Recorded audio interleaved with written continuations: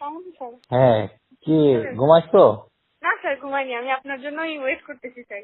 আচ্ছা, তাহলে বলো। তারপরে বাসায় আসতে অবশ্য আমি বাইরে ছিলাম। স্যার খেয়েছেন স্যার? হুম। স্যার কথা তো বলবো স্যার, ভয় লাগতেছে কথা বলতে।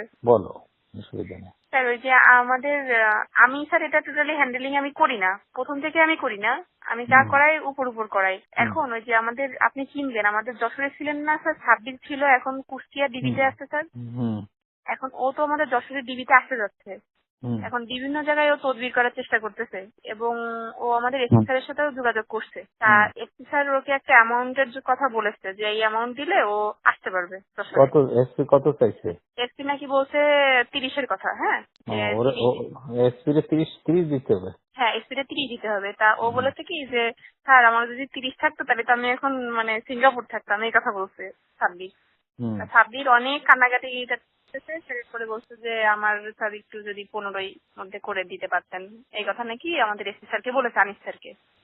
স্যার ও এটা সাব্বির ভালো হবে না। সাব্বির আমি চিনি, ও আমার কাছে ছিল খুব।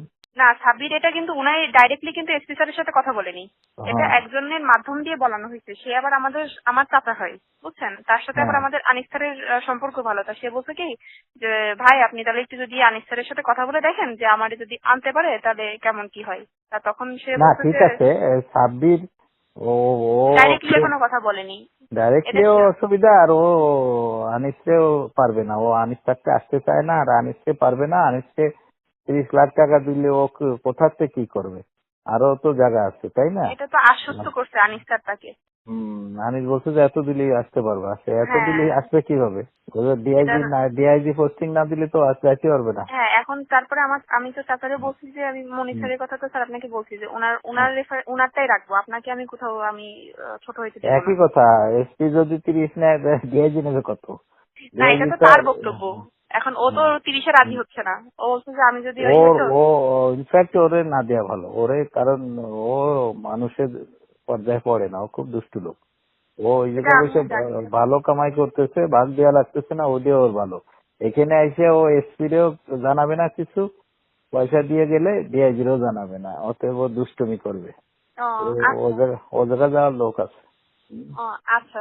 হ্যাঁ, ও তো আসতে চাচ্ছে স্যার। ও হলো মুক্তিযোদ্ধার সন্তান প্লাস আওয়ামী লীগের লোক। আর সাব্বির স্যার তো স্যার, আমরাও চাই তোফায়েল ভাই আসুক। স্যার আমরাও চাই। তোফায়েল দাও। তোফায়েল ভালো ছেলে, প্লাস সাপোর্ট দেওয়া। তোফায়েল আমার সাথে আছে, ওই এসপিরে বলে ওদের করা যাবে। তারপরে কোথায় কারো কি শালা এনে কেন করবে? এটা তো তুমি ভালো থেকো, স্যার তোমার সাথে